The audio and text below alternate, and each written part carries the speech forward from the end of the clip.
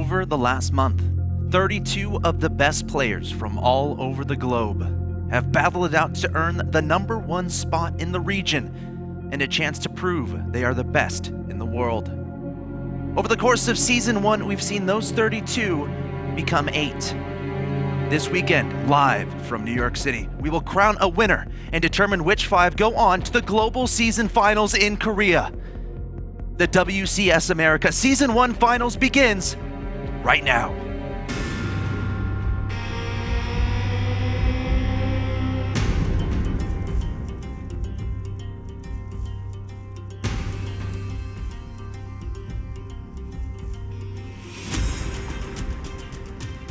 Hucks in a microwave approach, focusing out stalkers one by one. Ult coming in from every single angle. There's a time warp, but look at this concave, this crescent moon.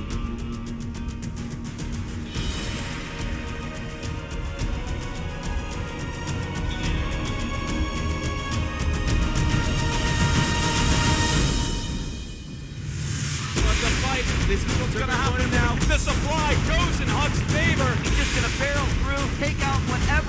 So much file here coming forth. Looking like Nesty is gonna take it here. Dancing the roaches a little bit. Scarlet. Now the Hydras are exposed. Those units are gonna die, and it's only gonna make that much of a difference. GG.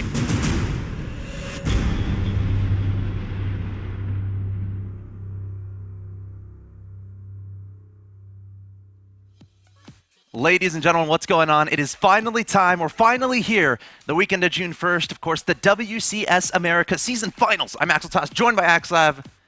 We're here, man. Dude, this is amazing. So 32 players started. Yeah. 8 remain, and these 8 players are some of the very best in the entire world. Players from all over the globe competing here in WCS America. Here are the playoff brackets. Yes, of course, we're going to see every single match of the round of 8 today. Semifinals and final will be tomorrow. All these matches are so important. We got a lot of money on the line. We got WCS points on the line, but here you see the bracket. Hero versus Alicia, Moonglade versus Ryung, Crank versus Alive, Revival versus Snoot.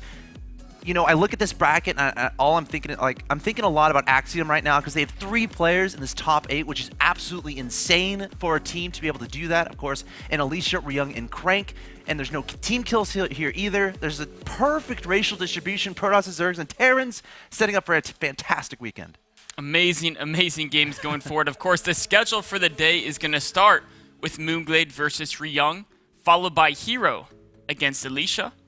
And then I think it's Crank versus... then it's Snoot versus Revival, excuse me. Crank versus Alive will be the last match of the quarterfinals today. But then after those quarterfinals are over, we're going to have some consolation matches between the losers of these games. Yeah, and you know that provides a little bit of, of clarification there because we already have 11 players qualified for the global finals. WCS Korea is done as far as season finals. WCS Europe is done as far as the season finals. We got 6 players from Korea, 5 players from Europe that have already qualified for the global season finals in Korea, and now we're going to take 5 from America. All the winners of the round of 8 will be there. But mathematically, a lot of people are like, but Axel Toss, it's only 4 people. Yeah, there's 1 more. So we're going to take the final 4 players who lose in the round of 8, and they play in a consolation bracket. The winner of that will get that trip to the season finals in Korea. That's right, of course. So even if they lose in the first round, they still play out to see who gets that very important 5th spot. Of course, we should start talking about the first match of the day. A lot of people looking forward to this match. It's Ryung versus Moonglade, 2 very handsome gentlemen. Of course, Ryung from Team Axiom, the Korean player who demolishes everyone. He's super serious, such methodical play. He will be absolutely everywhere on the map with drops, with crazy tactics. One of the smartest minds in the game, in my opinion, of course. Going up against Moonglade, the hero from Australia. Amazing, amazing players there. Some interesting things, of course, Moonglade. Yeah. Really likes Zerg vs. Terran. He's gotten into the playoffs playing pretty much exclusively Zerg vs. Terran. Ryung, we really have only seen 2 games of his Terran vs. Zerg so far in WCS America, both of them against Suppy, and both of them were losses. So as amazing as Ryung's shown us in TVT particularly, his TVZ is a little bit unknown right now. Yeah, it's interesting, and you know, both these players obviously they knew about their match, right? When they finished with the round of 16 stuff, right? They're given the bracket, they see exactly who they're playing. They've both been here in New York City, practicing, training, Ryung likely with his teammates. I know Moonglade did some practicing with QXC. They have dedicated strategies. They know how important these matches are, and nothing is out of line here. You know, they're going to try anything possible to win. I wouldn't be surprised at all if they both have prepared builds for each of these maps. One thing also to note is it is a best of 5. During the round of 32, round of 16 group stages, they played a lot of best of 3s. But here in the playoffs, it's going up to a single elimination best of 5 tournament. And with the 5 maps, there's a lot more room to do some risky builds and throw them out there, because it's not like, oh, if you lose one map, all of a sudden you're on the brink of elimination. You can afford to lose 3, or you can afford to lose 2 in a best of 5, excuse me. If you lose 3, of course, you're going to be losing that entire series. Yes, best of 5s, again, a lot of awesome matches coming to the table. So with that being said, I think we have Mr. Bitter standing by with an interview with our players from the first match. Take it away, Mr. Bitter. Thanks a lot, Axel Toss, and thanks a lot, Axlav, for bringing us in here at the WCS America Season 1 Finals. I'm live on the set where these two guys are about to go at it, Moonglade and Ryung. Glade, I'm going to start off with you, man. You've played a lot of TVZ already in this tournament. I have to ask, has that given you extra confidence going into this very important round of 8 match? Absolutely. Having to only practice one matchup is it's very helpful, and I have done well against Korean Terrans in the past, so I'm pretty happy with how it's going. Now, is there anything in particular that you have prepared for or prepared to play against when you look at this match? I'm trying to keep an open mind. There's not too many replays or VODs of Ryung out there, so I'm going to be very safe and see what happens. The final thing I have to ask you, you have made me a promise. If you win this tournament, you have sworn to me that you will get a bald eagle tattoo on your back, being ridden by a koala bear, flying into battle in celebration of your Ameristralia championship. How does this motivate you to do in this tournament? It makes me want to win it more than anything. I'm very, very focused. All right, thanks a lot, Moonglade. Coming over here to Ryung. Ryung, you have not played a lot of Terran versus Zerg in this particular tournament. Does that affect your confidence at all when you head into this match? 네, 이번 WCS 북미 하시면서 김동원 선수가 별로 저그전을 많이 안 했었던 걸로 기억을 하는데 저그전 많이 안 해서 혹시 자신감이 좀 떨어졌는지 어떤지. 그래서 8강 올라오고 나서 일주일 동안 있는 시간 동안 저그전 연습만 했기 때문에 별로 그렇게 그런 건 없어요. Yes, I didn't play a lot of TVZs this particular tournament, but I had a week to prepare for the Moonglade match. I've been practicing only TVZs for a week, so I'm ready for it. All right, so one of the real big stories of WCS America is the domination of Korean players. The fact that you're not playing a Korean opponent in your first round match, does that make you more confident or less confident? How do you feel about the level of your opponent? 가장 이제 최근에 이번 대회에서 가장 이제 중요시 곽광을 받는 게 뭐냐면 지금 다 한국 선수들이에요. 근데 김동원 선수는 지금 첫 상대가 한국 선수가 아닌 외국인 선수가 첫 상대인데 이 부분에서 어떻게 만족을 하세요? 아니면 뭐 자신감이 더 생겨요? 오히려 한국 선수랑 하면은 정보를 알기 때문에 마음은 더 편한 것 같은데 오히려 외국 선수로 하니까 정보가 좀 없어서 그렇게 좋다고 막 그런 건 없는 것 같아요. I can't really say I'm comfortable playing against Moonglade because if I'm playing against Korean players, I know how to find their VODs or replays. So I know his play style, and it's more better to analyze my opponent. But since he's a foreigner, it's more hard for me to actually find Moonglade's replay and VODs about him. So I couldn't analyze anything about Moonglade. All right, thank you guys. Good luck to both of you. Let's get these first round matches underway. Thank you, Mr. Bitter. Great questions. Of course, Mr. Bitter in Rotterdam will be joining us throughout the weekend, bringing you all additional coverage of WCS. Of course, they're going to be up next on the casting desk, so make sure you tune in for that. Great to have them here in New York City. Super excited to see how they do. Of course, a lot of awesome matches coming our way this weekend. You know, again, we have 4 matches today of the round of 8, and then we're going to have the constellation matches to see which 2 players will play in the constellation final, which will be tomorrow, as well as the semifinals and the final tomorrow as well. So again, super excited for today's matches, and Moonglade versus Ryung, man. This is a good one. This is one of those matches, like looking at the bracket, a lot of people are like, okay, I think I know who's going to win, but then everyone's heart is with another player. It's like there's so many different storylines leading up to this match, I think. It's going to be an absolutely amazing match. The players look like they're ready. I'd say we should just start with the game. I'm going to do it. I hit the start game button. Look how serious these guys look. They're ready to go. Moonglade versus Ryung, ladies and gentlemen. Match 1 of WCS America, the finals. The round of 8 is about to begin. Get on Twitter, get on Reddit, get on Team Liquid. Talk about these matches because we have an epic day in store for us. And again, first up, is Moonglade versus Ryung. The map, Cloud Kingdom.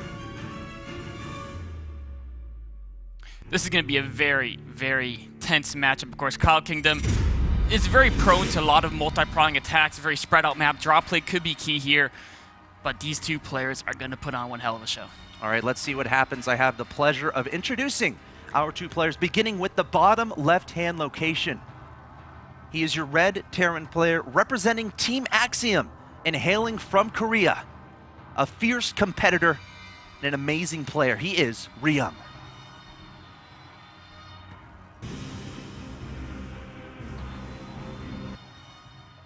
There he is.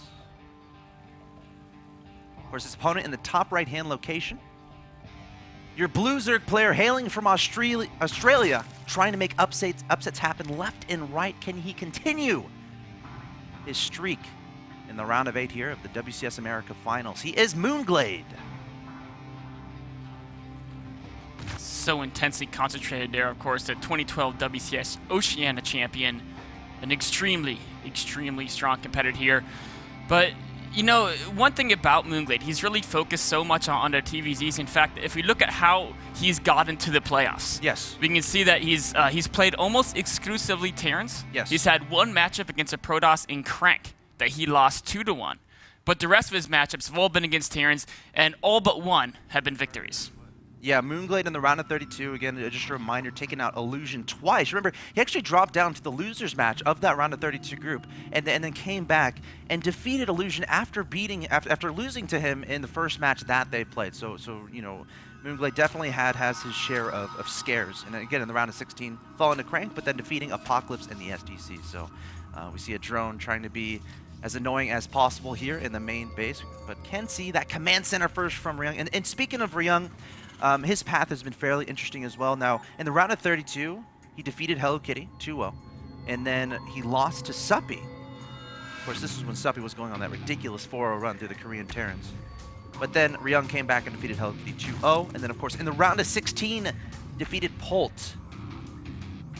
Of course, 2-1. 2-1, yes. Yes, and then Alive 2-1. Yes. Directly after that, TVT, of course, is his forte.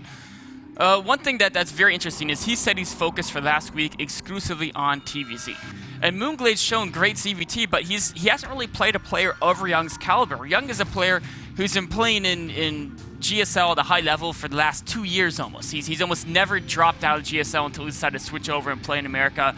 And Moonglade, he's had all these great games against, you know, Apocalypse, Illusion, STC, but he hasn't played a player of Ryung's caliber quite yet in this tournament. It's going to be extremely difficult for him to match up against Ryung, given how darn good Ryung is. You know, Ryung, you know, showing a lot of confidence here, going for that command center first on Cloud Kingdom, which is, you know, it's relatively standard, but on a map like Cloud Kingdom, it's a little bit dangerous. It's not like it's a massive map. It is a 2-player map as well, so you know your opponent knows exactly where you are.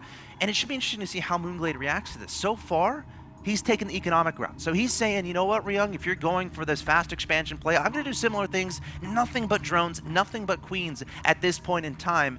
You know, in a situation where some Zerg players will see that fast command center and, you know, throw down a gas or something, really try to be aggressive towards it. No aggression yet from either player.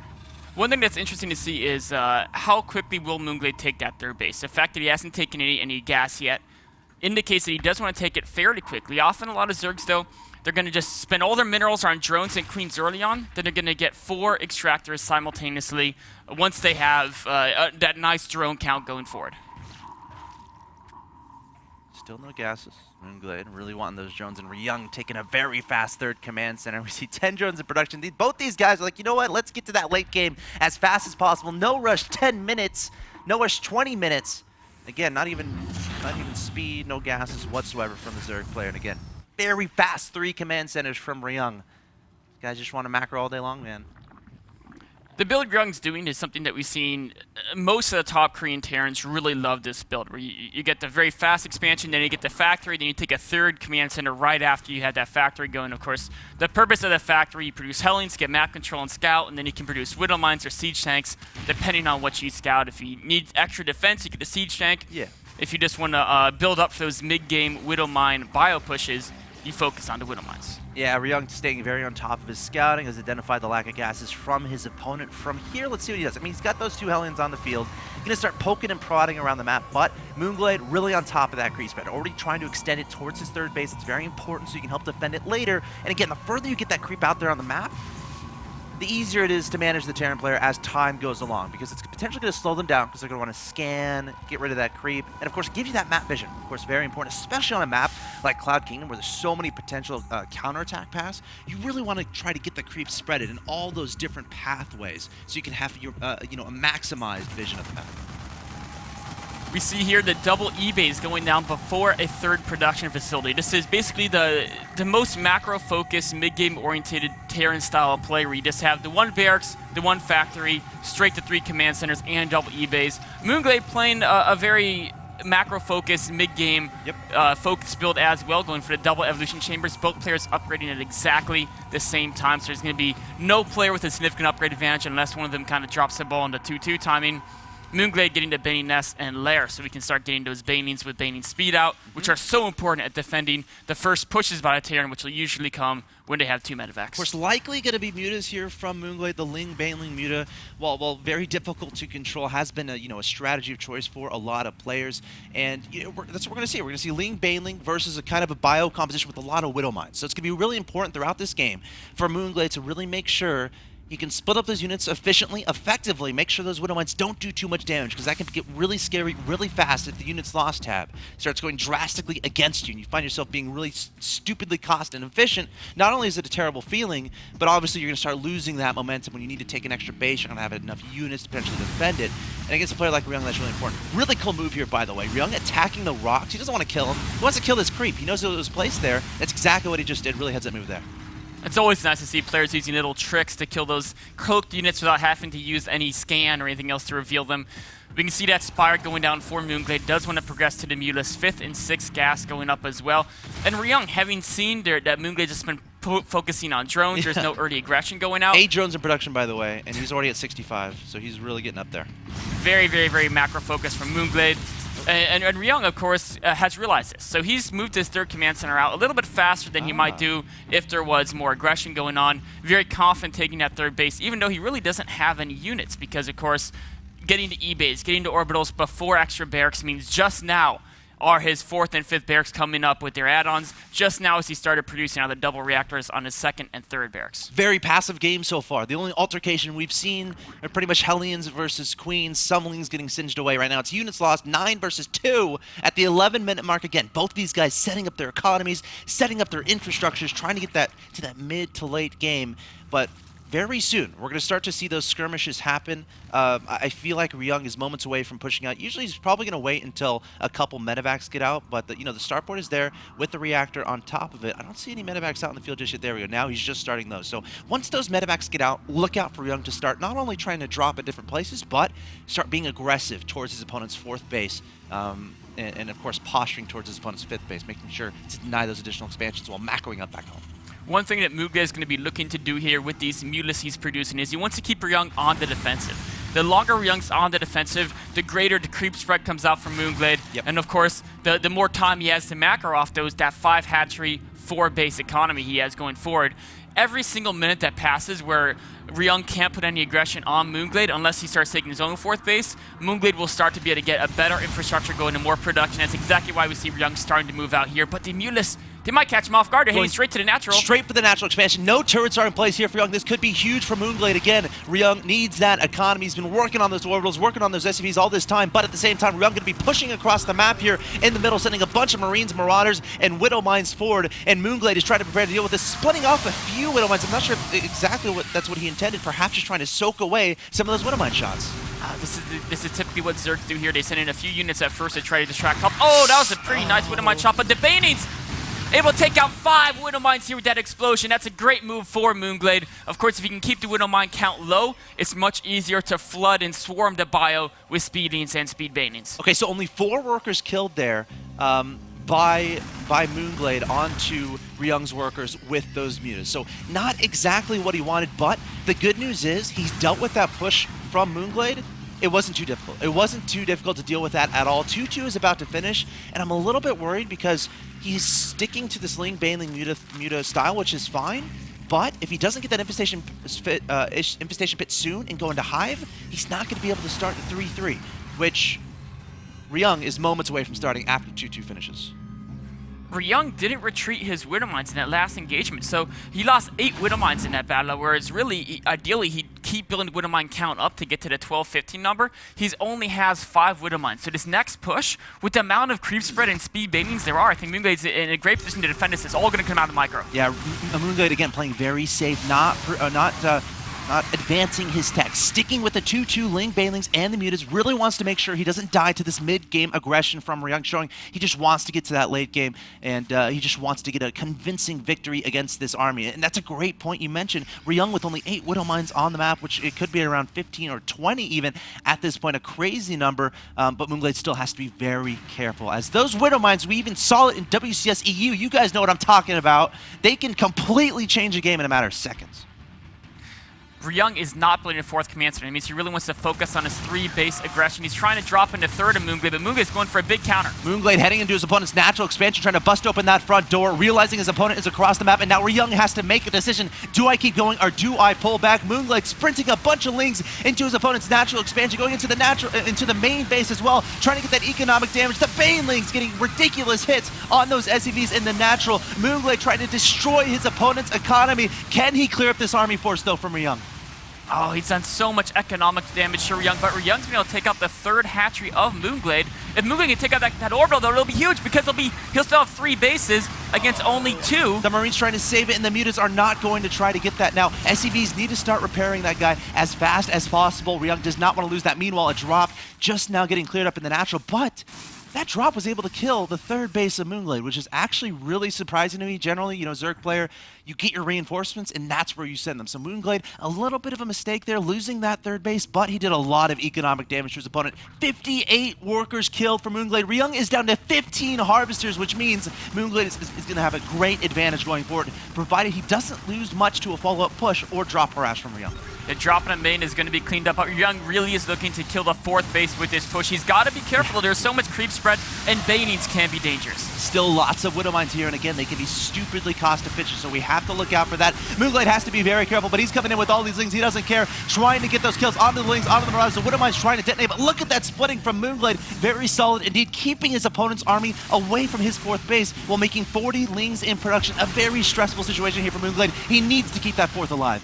Oh, he really wants to save the 4th, but there's so many Marines. He has almost no banings left, and Mutafok could be instrumental, but he's got to find a way to get a couple key baning hits on these Marines. Oh, he's going for the Lings and Banelings coming forward. The Widow Mines, still a little bit of cooldown left on their shots, but it looks like there were a couple that are able to get some shots off. Moonglade still being aggressive. And Ryung still being aggressive, and again, Moonglade scrambling. He's like, okay, should I try to save this? Should I just back my Jones away? He's going for this round on the Lings. The Widow Mines are a little bit further back. The Mutas decided to engage, but a lot of Marine reinforcements coming here from Ryung, and Moonglade's gonna have to back away. Oh, beautiful surround, but no banings to finish off the Marines. Here come the banings, but the Widow Mines are right there. Oh, the Widow Mines are done. I guess splash damage can be a good thing against those Marines, so not bad at all there from Moonglade. Ryung's army getting smaller and smaller and smaller, but Moonglade realizing how important it is to defend this 4th base. Meanwhile, Ryung has not been really crazily building those SCVs, only up to 21 at this point. So again, as long as Moonglade can just get together, get situated, he has 63 harvesters. If he can just shove off this push, he's going to look really nice in this game. Ryung's economy is too low to continue medevac production. He has no more energy left, which means every stim is going to be very painful to him. He has to do damage now. Oh, the Lings and Banelings coming forward, trying to split up, trying to absorb those Widow Mine shots. Ryung continuing to try to be aggressive. Every single unit is so important here from Ryung. He doesn't have a huge ability to replenish his army. Moonglade, again, I feel like he just needs to accumulate his forces. Don't let that hatchery get too low. I think he's doing the right things. I think he's being relatively cost efficient because he doesn't have to be crazy cost efficient here because he does have that great economic lead. Overseer coming in, he's picked off a few Widow Mines. The Bay needs to take out 3 more Widow Mines as the Widow Mine count drops. Moonglade's superior ability to produce low-tech speedings and speed banings will overwhelm Ryung's force. Ryung needs to get some more Widow Mines out in the field or have a big win in the next engagement. Ryung, 3 SCVs at a time, trying to get that economy back up and running. I'm a little bit surprised we aren't seeing any counterattacks from Moonglade towards his opponent's 3rd base, but again, he wants all of his units helping defend this off. Again, splitting away those Lings, trying to get those Widow Mines to go off, but no Widow Mine shots there. And Moonglade throwing away some more lanes. Ryung is being so cost efficient with this micro. Oh, he's going to try to go for the Lings and Banelings, come for the Mutas as well, but look at this splitting from Ryung, letting the Widow Mines do the damage, and Moonglade over and over again having to throw away units. Resources lost is 19,000 to 16,000 in favor of Ryung, but Moonglade turning around once and for all, trying to get rid of these Marines. It's Mutas versus Marines, which is never a fun altercation. And is there a next step here from Moonglade? I mean, he has a hive, it looks like, but he hasn't been able to, I don't know, did he start the 3-3? No, he doesn't have the money. He's spending every single bit of money he has on these speeding and banings, knowing how important that fourth base is for him. Backing up. Yeah, Ryung's back. I think Ryung feels he needs to take another base, perhaps, or he's worried about attacking a different direction. Moonglade now has a fifth base on the right side of the map. Ryung's moving towards that, while Moonglade's forces are still positioned on the left side of the map. Yeah, Moonglade needs to identify this. Again, this is how important creep spread is. So you can see when this is coming, having that map vision. The Marines sprinting forward here. Widowmine's getting into the ground. The Ling's going for a surround, trying to get those friendly fire shots to go onto the Marines, coming in with some even more units. And again, all the Widowmine shots have been deployed. Great Baneling hits onto the Marines, but Ryung able to scoop a bunch inside, dropping him on the high ground to deal with the Mutas. But I think Moonglade's going to have enough to clean this up. Oh, if the medevacs go down, that's so big. Those are very expensive units, significantly expensive to replace them. Ryung attacking now again on the left side. That hatchery looks like it's going to fall. That hatchery getting so low on health. Moonglade trying to take out some stray Widowmines here on the right-hand side of the map, but the hatchery does fall at the fourth base. Ryung again showing how good his multitasking is, and Moonglade, he's been in a situation where he's so close to winning this game. He's been up in Harvesters ever since that attack where he killed 58 of his opponents. It was like, what, 70 to 15? It's a little bit of a tough situation for Moonglade, knowing that you have that lead, but Ryung just showing how cost efficient he can be, how much he really values each and every one of his units, and again, able to show his multitasking ability, attacking to the fifth while killing the fourth that it took so long to do. So Ryung desperately trying to get back into this game. Moonglade, we can see he's trying to save some resources for an ultraless transition. Coming in here now to deflect this push from Ryung. Oh, the Banelings and Lings coming for the Mutas as well. Still a lot of Widow Mines underneath. The Overseer is trying to detect those. But again, Moonglade just going to back up. He's like, all right, I'm off creep. He's not near my fifth base. I guess I don't have to worry about it. But at what point does he try to go and be aggressive towards that third base? Does he try to prevent that fourth base from getting down? He might wait for these ultras. Moonglade's game plan, I think, is just going to be waiting for Ryung to take a fourth base, and he's just going to step on it. He knows Ryung is going to starve out over the next few minutes. The main and natural of Ryung are both almost done. The third base is actually fairly low, so Ryung needs to either take a fourth base or deny Moonglade's fourth base in the next couple minutes. Ryung, remember, he has 3-3 to his opponent's 2-2, which again is showing how cost efficient he has been throughout the last 8 minutes or so of this game. Advancing towards his opponent's fifth base, Moonglade going to try to set up a flank with Mutas, but Mutas versus Marines not fun at all. The bulk of his ground army is dealing with a drop at his third base, but now the ultras are on the field, but that hatchery is going to fall. Ryung taking down Moonglade's remade fourth base and dropping at his opponent's third. Now Moonglade is the one who's restricted to pretty much only one mining base. Oh, the drones are all under fire. No. The drop play is still doing damage as well. Oh, Moonglade losing so many drones. The drones are hiding. Oh, they're found. They're all dead.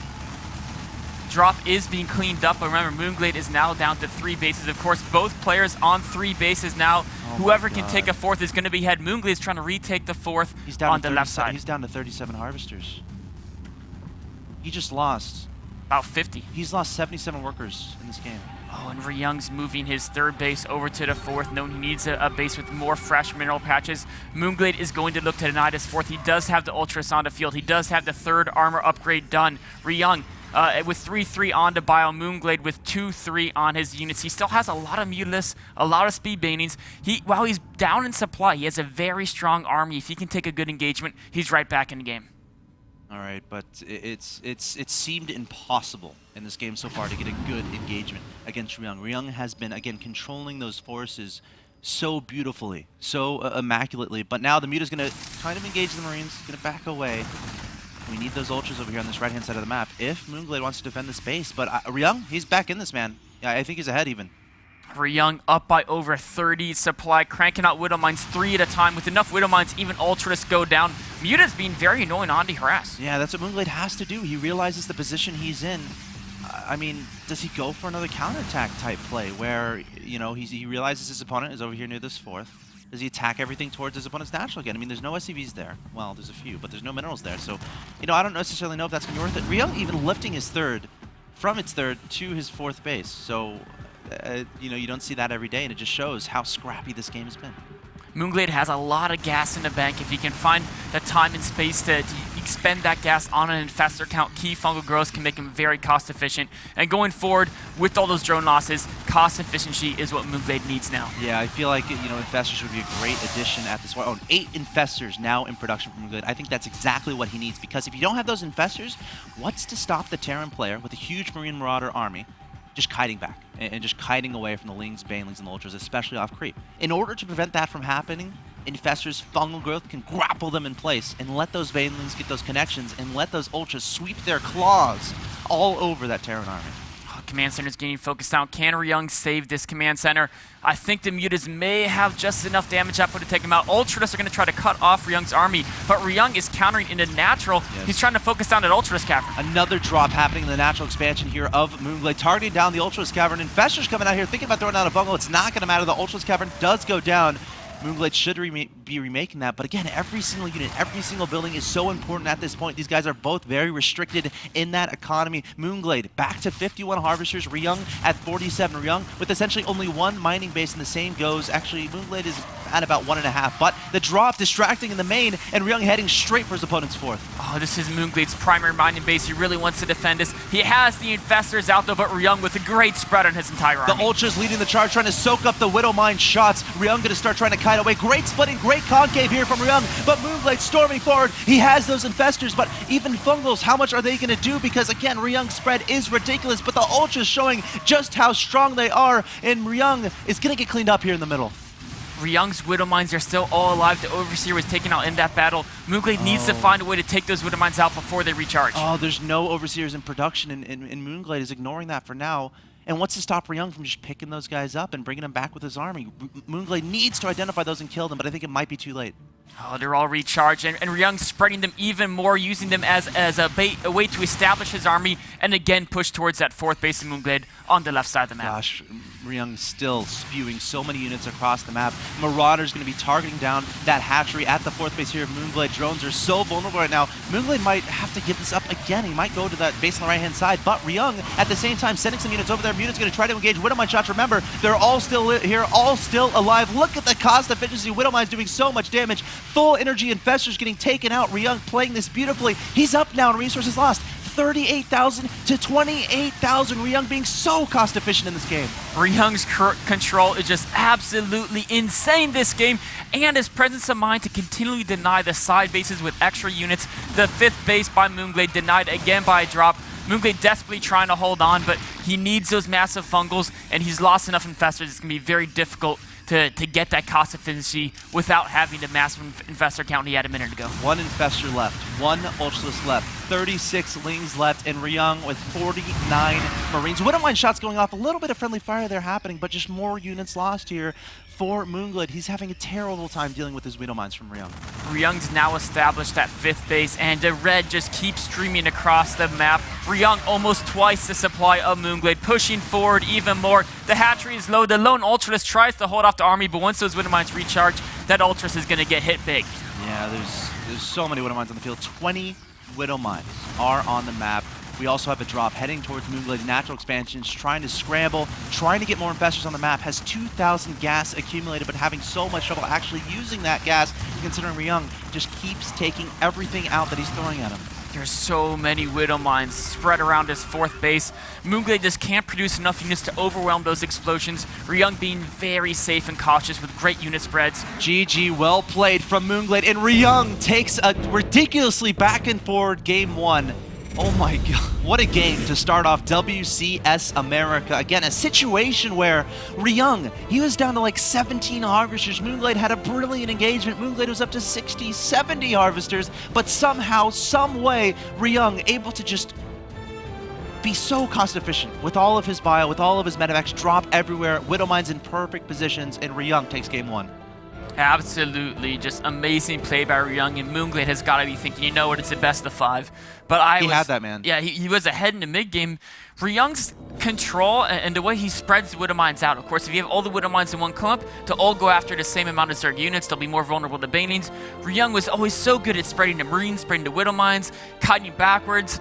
Very, very impressive play, and he's up 1-0 in this best of 5. Moonglade should not count himself out. He almost had that. He almost had that game, and he knew he almost had that game. Guys, this is a best of 5. Ryung is currently up 1-0. Again, the winner advances not only to the round of 4 of WCS America Season 1, but also gets a plane ticket to Korea to participate in the global final. Stay tuned. Ryung versus Moonglade, Game 2, coming up.